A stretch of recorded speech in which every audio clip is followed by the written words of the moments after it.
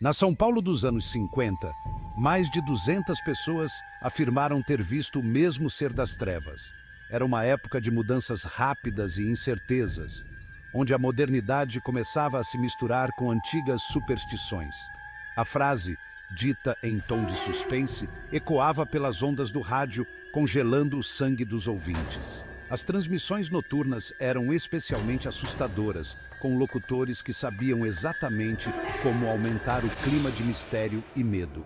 O medo, como um vírus invisível, começava a se espalhar pela cidade.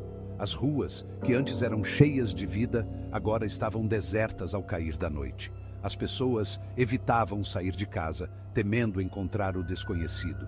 Ninguém ousava pronunciar seu nome, mas todos sabiam. O vampiro de São Paulo estava à solta.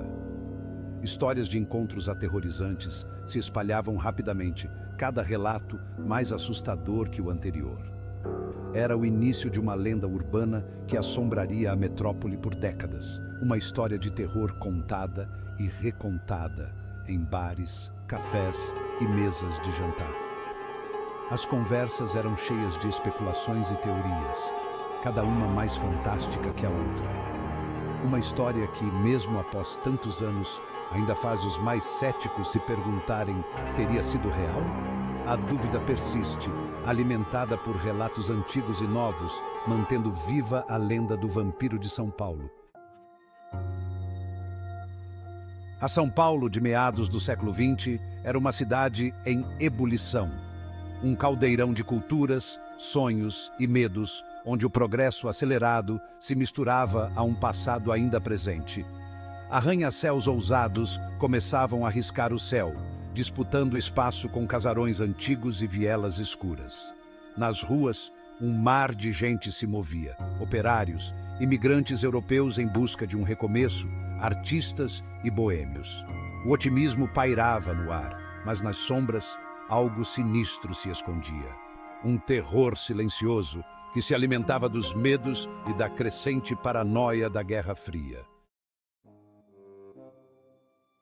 No início, foram apenas rumores, histórias sussurradas em voz baixa, como se pronunciar o nome da criatura fosse atraí-la. Diziam que um ser misterioso, de aparência grotesca e olhos vermelhos como brasa, espreitava as ruas desertas durante a noite. Os boatos se espalhavam como fogo em palha seca. Alguns diziam que ele se alimentava do sangue de suas vítimas, deixando apenas marcas horríveis em seus pescoços. Outros, que era um ser amaldiçoado, condenado a vagar pela terra em busca de almas perdidas. A cada novo relato, o pânico aumentava. As histórias de ataques misteriosos se espalhavam rapidamente, alimentando o medo e a desconfiança entre os moradores. Ninguém sabia ao certo o que estava acontecendo, mas todos sentiam a ameaça iminente. A polícia, pressionada pela população aterrorizada, intensificou as rondas noturnas. As viaturas circulavam incessantemente e os policiais, com olhares atentos, tentavam acalmar os ânimos. No entanto, a sensação de insegurança persistia e a presença policial parecia insuficiente para conter o medo coletivo. O medo se tornava palpável, mudando a rotina da cidade. As ruas, antes movimentadas, agora estavam desertas ao cair da noite. As pessoas evitavam sair de casa e os estabelecimentos comerciais fechavam mais cedo. A cidade parecia mergulhada em um silêncio inquietante. Famílias inteiras se trancavam em suas casas assim que o sol se punha, receosas de se tornarem a próxima vítima do monstro. As janelas eram fechadas e as portas trancadas com cuidado. Dentro de casa, as famílias se reuniam, buscando conforto e segurança na companhia uns dos outros.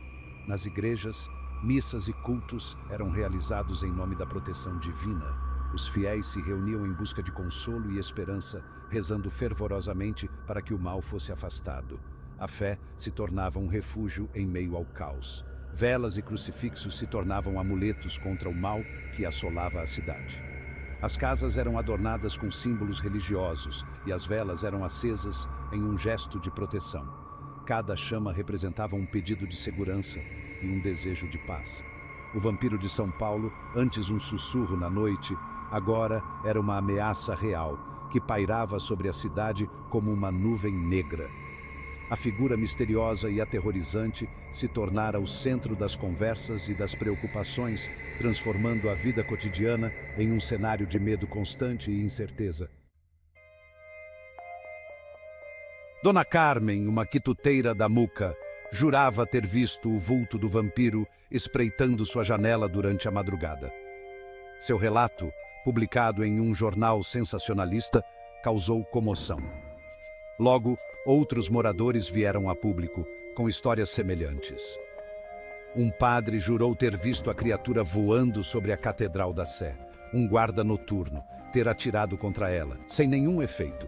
Cada novo relato, cada nova testemunha, alimentava a histeria coletiva. A busca pela verdade se tornava uma obsessão para muitos, enquanto outros preferiam simplesmente se esconder, rezando para que a tempestade passasse. A mídia, ávida por notícias que vendessem, explorava o caso à exaustão. Manchetes bombásticas, fotos e ilustrações chocantes e teorias mirabolantes alimentavam a paranoia. Jornais competiam entre si, publicando entrevistas com especialistas em vampirismo e relatos cada vez mais fantasiosos. A caçada ao vampiro se tornava um espetáculo público. Grupos de caçadores amadores, armados de crucifixos, estacas e pistolas carregadas com balas de prata, patrulhavam as ruas à noite em busca da criatura. O que era para ser uma investigação policial se transformava em um circo macabro. O ápice do terror se deu em uma noite chuvosa no bairro de Santana. A chuva caía incessantemente, criando uma atmosfera sombria e misteriosa. As ruas estavam desertas, exceto por um casal que se aventurava na escuridão. Um casal de namorados que se aventurava pelas ruas desertas após o toque de recolher foi brutalmente atacado. Eles caminhavam de mãos dadas, tentando se proteger da chuva com um guarda-chuva, quando foram surpreendidos por uma figura sombria. O rapaz, encontrado morto com marcas no pescoço, alimentava a lenda do vampiro. As marcas eram profundas e assustadoras, sugerindo que algo sobrenatural estava à solta. A cena do crime era perturbadora, com o corpo estendido na rua molhada. A moça, em estado de choque, dizia ter visto o rosto da criatura antes de desmaiar.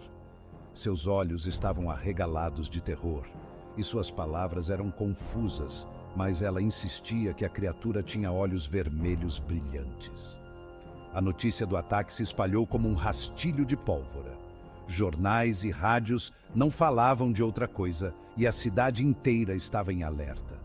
As manchetes eram sensacionalistas, aumentando ainda mais o pânico. O medo, antes contido, explodiu em fúria. As pessoas, tomadas pelo pavor, começaram a se reunir em protestos, exigindo respostas e proteção. A atmosfera na cidade era de tensão e desespero. A polícia, sob intensa pressão, prometeu capturar o responsável, seja ele humano ou besta. Reuniões de emergência foram convocadas e patrulhas adicionais foram enviadas às ruas. O delegado, em entrevista à imprensa, garantiu que não descansariam até resolver o caso. Após semanas de investigação, a polícia finalmente prendeu um suspeito, um homem perturbado, encontrado vagando pelas ruas com uma faca ensanguentada. Ele confessou o crime em Santana, alegando insanidade. A cidade, exausta e ávida por paz, respirou aliviada. O caso foi encerrado, mas a lenda persistiu. Muitos se recusaram a acreditar na versão oficial, sussurrando que o verdadeiro culpado ainda espreitava nas sombras. Afinal, como explicar os outros avistamentos, os relatos, o medo que ainda pairava no ar? O vampiro de São Paulo, mesmo sem provas concretas de sua existência, deixou uma marca indelével na cidade. A lenda inspirou livros, filmes, peças de teatro e histórias em quadrinhos, alimentando o imaginário popular por gerações. A figura do vampiro, antes restrita a folclores europeus, ganhava um novo significado na cultura brasileira.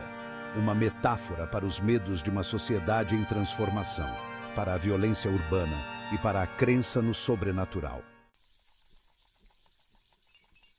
Décadas se passaram, mas a lenda do vampiro de São Paulo continua a fascinar e aterrorizar. Será que ele realmente existiu?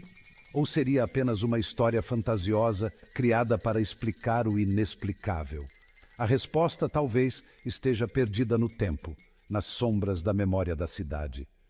O que fica é o fascínio pelas lendas urbanas, essas histórias que nos lembram que, por trás da fachada de racionalidade, ainda existe espaço para o mistério, o medo e a crença no desconhecido. E você, o que acredita?